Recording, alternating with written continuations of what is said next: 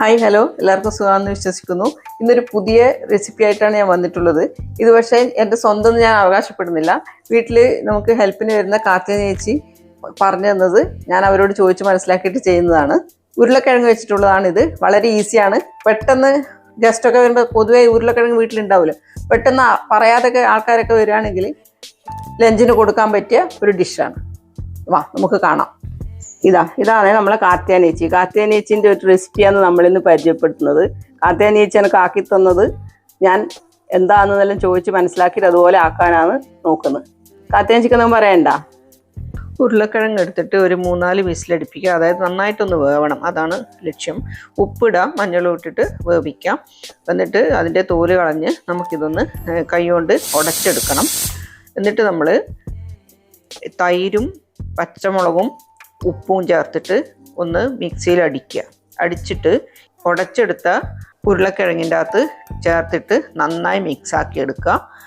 അത്ര മാത്രമേ ഇതിൽ ചെയ്യാനുള്ളൂ. ഇന്നിപ്പോൾ ഞാൻ വേവിച്ചത് ഇത്തിരി വേവ് കുറഞ്ഞു പോയിട്ടുണ്ട്. ഇതിൽ നന്നായിട്ടൊന്ന് വെന്താൽ ആ തൈരിൻ്റെ കൂടെ അത് നന്നായിട്ടൊന്ന് മിക്സായിട്ട് നല്ലൊരു രുചി വരും.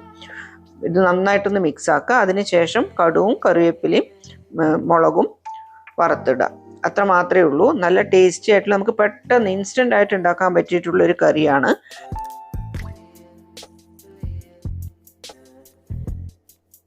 പച്ചടി പെരക്ക് കുടുംബത്തിലൊക്കെ ഇതിനെ പെടുത്താം. ടേസ്റ്റിയാണ്. പിന്നെ എനിക്ക് പൊതുവെ പുളി ഇഷ്ടമുള്ളതുകൊണ്ടാണോ എന്ന് അറിഞ്ഞൂടാ, കുറച്ച് നല്ല പുളിയുള്ള തൈര് ചേർക്കുമ്പോഴാണ് ഇതിന് കൂടുതൽ ടേസ്റ്റി ആയിട്ട് എനിക്ക് തോന്നാറുള്ളത്. അത് പിന്നെ ഓരോരാളുടെ ടേസ്റ്റിനനുസരിച്ചിട്ട് എടുക്കുക. പച്ചമുളകിൻ്റെ അളവും ഞാൻ പറയുന്നൊന്നുമില്ല. അതിന് ഓരോരാളുടെ എരിവിൻ്റെ പാകത്തിനനുസരിച്ചാണ് പച്ചമുളക് എടുക്കേണ്ടത്. എല്ലാവരും ഒന്ന് ട്രൈ ചെയ്ത് നോക്കുക. ഇഷ്ടപ്പെടുകയാണെങ്കിൽ കമൻറ്റ് രേഖപ്പെടുത്തണം കൂട്ടുകാരെ. നിങ്ങൾ കാണുന്നുണ്ട്, എനിക്ക് വ്യൂ കിട്ടുന്നുണ്ട്, പക്ഷേങ്കിൽ കമൻസും ലൈക്കും കുറവാണ് വരുന്നത്. പ്ലീസ്, എനിക്ക് പെട്ടെന്ന് തന്നെ 1000 സബ്സ്ക്രൈബേഴ്സ് ആക്കണം എന്നുള്ളൊരു ടാർഗറ്റ് വെച്ചിട്ട് നീങ്ങാണ് ഞാൻ. അതുകൊണ്ട് നിങ്ങളുടെ സപ്പോർട്ട് എനിക്ക് മസ്റ്റാണ്. വീഡിയോയെക്കുറിച്ചുള്ള അഭിപ്രായങ്ങളൊക്കെ കമൻസിൽ രേഖപ്പെടുത്താൻ വിട്ടുപോകരുത്. Thanks for watching.